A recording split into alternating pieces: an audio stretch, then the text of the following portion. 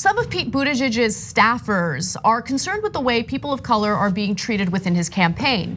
In fact, in interviews with half a dozen current and former members of his campaign, the New York Times has released some details of what these concerns are.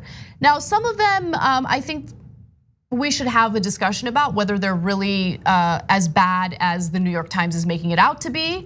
But I do think that there are some valid concerns here that should be brought to the public's attention, especially when you consider Pete Buttigieg's record in South Bend, Indiana as the mayor. We've done extensive reporting here at TYT on that. The police department had considerable racial tensions, and Buttigieg was very much ready and willing to fire the town's first African-American police chief, Daryl Boykins. But what are the new accusations coming from members of his campaign? Well, according to the Times, current and former staff members of color say they believed that Senator Buttigieg officials didn't listen to their concerns and ideas about the campaign. One said there was a daily emotional weight on people of color who felt they were employed in order to help the campaign meet its ambitious diversity targets. Now, the people working on his campaign, or the campaign itself, is actually very diverse. But what they're arguing is, in an effort to make it diverse, they didn't really care too much about the thoughts or the vision of these individuals. They just cared about meeting a certain quota.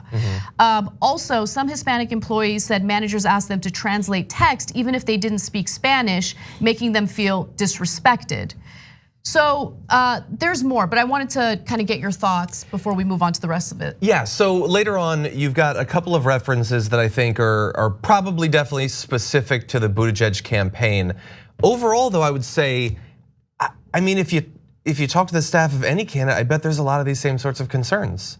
I mean, some candidacies are probably better than others, but I mean, like most of the candidates are white. Most of the people that historically they choose as leadership in their campaigns are white. They're going to treat like that. That sort of discrimination is, I would imagine, not unique to Buttigieg's campaign.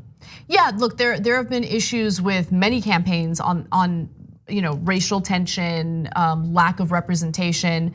Buttigieg has actually chosen people of color in high level positions within the campaign, so I do give him credit for that. But if there are lower level staffers who aren't feeling like they're respected or being heard, that should be considered. And to Buttigieg's definitely. credit, I just wonder to what extent it actually has much to do specifically with Buttigieg's campaign and not just the sort of inherent racist nature of America.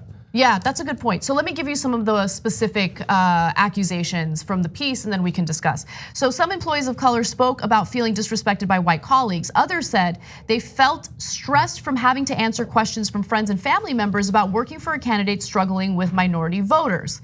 So look, I get that. I certainly understand what it feels like to have to answer to members of your community for working for a company or for a person that they don't particularly like or find problematic. But so far, there isn't anything specific, too specific. So let's give you more. Well, I think that's a little bit specific in that, like, people are throwing around polls where among African American voters, he's at 0% or 1% or 2% or whatever. I imagine that's probably, first of all, it means that you're probably getting asked the question a lot just because it's one of the narratives about his campaign, and that probably wears on you.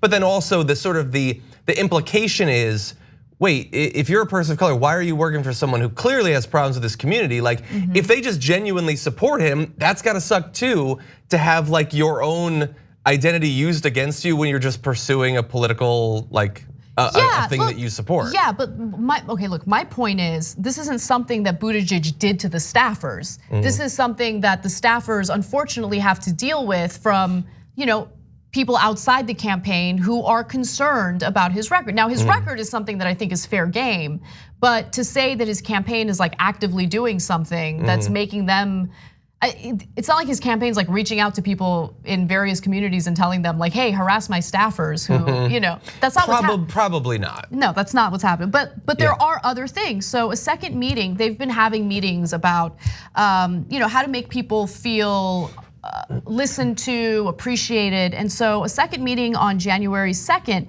featured lengthy discussions of the importance of diversity in hiring and sometimes tearful descriptions of the difficulty of recruiting people of color to the staff. One employee also recalled a troubling incident for staff members of color. The campaign had planned a fundraiser with a donor who had helped try to suppress the release of video showing the police shooting of a Black Chicago teenager.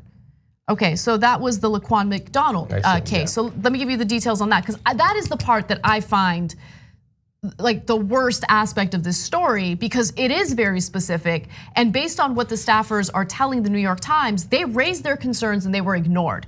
So in October, the campaign was rocked by revelations that among the hosts of a scheduled Chicago fundraiser was Steve Patton, a lawyer who had tried to block the release of footage of the 2014 police shooting of Black teenager Laquan McDonald. After Black leaders, including Jesse Jackson, objected, the campaign distanced themselves from Patton. So it wasn't until there was like public outcry that Buttigieg's campaign was like, all right, maybe we shouldn't work with this guy. Maybe this is a bad idea. Yeah. But if the whole point of hiring people of color into your staff is to listen to them. It's not just to like show the world, like, look how diverse my staff is. It's to get their perspectives. Yeah, and also, I mean, if you're having meetings where it's like, man, like, we acknowledge we need to have a more diverse staff, but like nobody wants to work for us. Maybe like diversifying your staff isn't the only issue. Maybe there are bigger issues about who you are and what you're projecting out there about your priorities and your past and your refusal to answer questions about it. Like maybe you could solve both of those problems by making substantive changes in these areas. The way that it comes off is, all right, I want to be like every other politician where I look polished and the aesthetics are there, right? Not aesthetics meaning how Pete Buttigieg looks, but more importantly, the aesthetics of his campaign, right? Look how diverse it is. But it's a very shallow attempt to address very real problems with his record. And it's also a shallow attempt at including voices that need to be listened to when it comes to important issues and proposals that are being put out by his campaign. So it doesn't matter if you have a diverse staff if you're not interested in listening to what concerns them and what their perspectives are. Now, Buttigieg responded to the New York Times with this statement. We're proud of the staffers who stood up and made their voices heard to help our campaign improve and be more inclusive.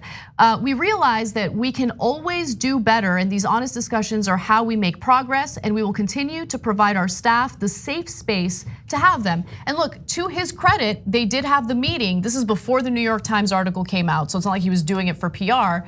They did have that internal meeting to hear people out because there was growing concern within the campaign about how people were feeling ignored and disenfranchised. Yeah, look, I don't know if he just doesn't really care to change. And by change, I mean your platform, like not just like opting people into endorsing you in emails and things like that. That weird story we talked about a few weeks ago. His refusal to be honest about what happened while he was mayor. He like refused to answer questions about it like at all. He's not cooperating with investigations, those sorts of things. I mean, journalistic, not legal investigations. Or if he's just decided, you know what? I've got the advantages I've got. There are some, I'm just gonna ride this thing out.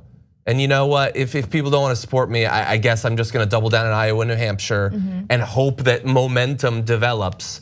Like there seems to be a sort of, like maybe internally there's some effort, but substantively about his campaign, there's a great deal of apathy. Right. And I think that is not just a thing that will hurt him in the primaries. That is definitely a thing that would hurt him in the general election if he were the candidate. Because you are taking for granted groups that you cannot take for granted. 100%. And I do want to read one quick comment from one of our members. Tommy Too Strong wants to respond to how you've handled this story and others. John is the most equitable person in the media. Stay reasonable, my friend. I don't know exactly what you mean, but thank you. No, you don't jump to conclusions, and I think that's important. So I try. Especially with stories like this, because we know from personal experience that there's all sorts of scoops that members of the media get, and it's coming from, people with nefarious intentions and agendas. And so it is important to take these stories and take them seriously, because if people are feeling excluded and ignored in the campaign, that is a problem. But also understand that sources like the New York Times don't have a good track record when it comes to covering some candidates. All right, so if you want to be a member, you can become one by going to tyt.com/join. Thank you to Tommy for that comment. Don't miss your chance to win a trip to Los Angeles and have dinner with Cenk, Anna, and me. Just head to tyt.com/dinner in LA to register to win. Sign up for a free Aspiration Spend and Save account, register your eligibility, swipe your Aspiration card on daily purchases to gain entries to win a chance to fly to LA and have dinner with the TYT hosts. Not only are you entering to win that dinner in LA with Cenk and Anna and myself, but you're also able to deposit your hard-earned money without it going towards fossil fuel exploration or production. And as a friendly reminder, even if you already have an Aspiration account, you must still first register to be eligible for the sweepstakes.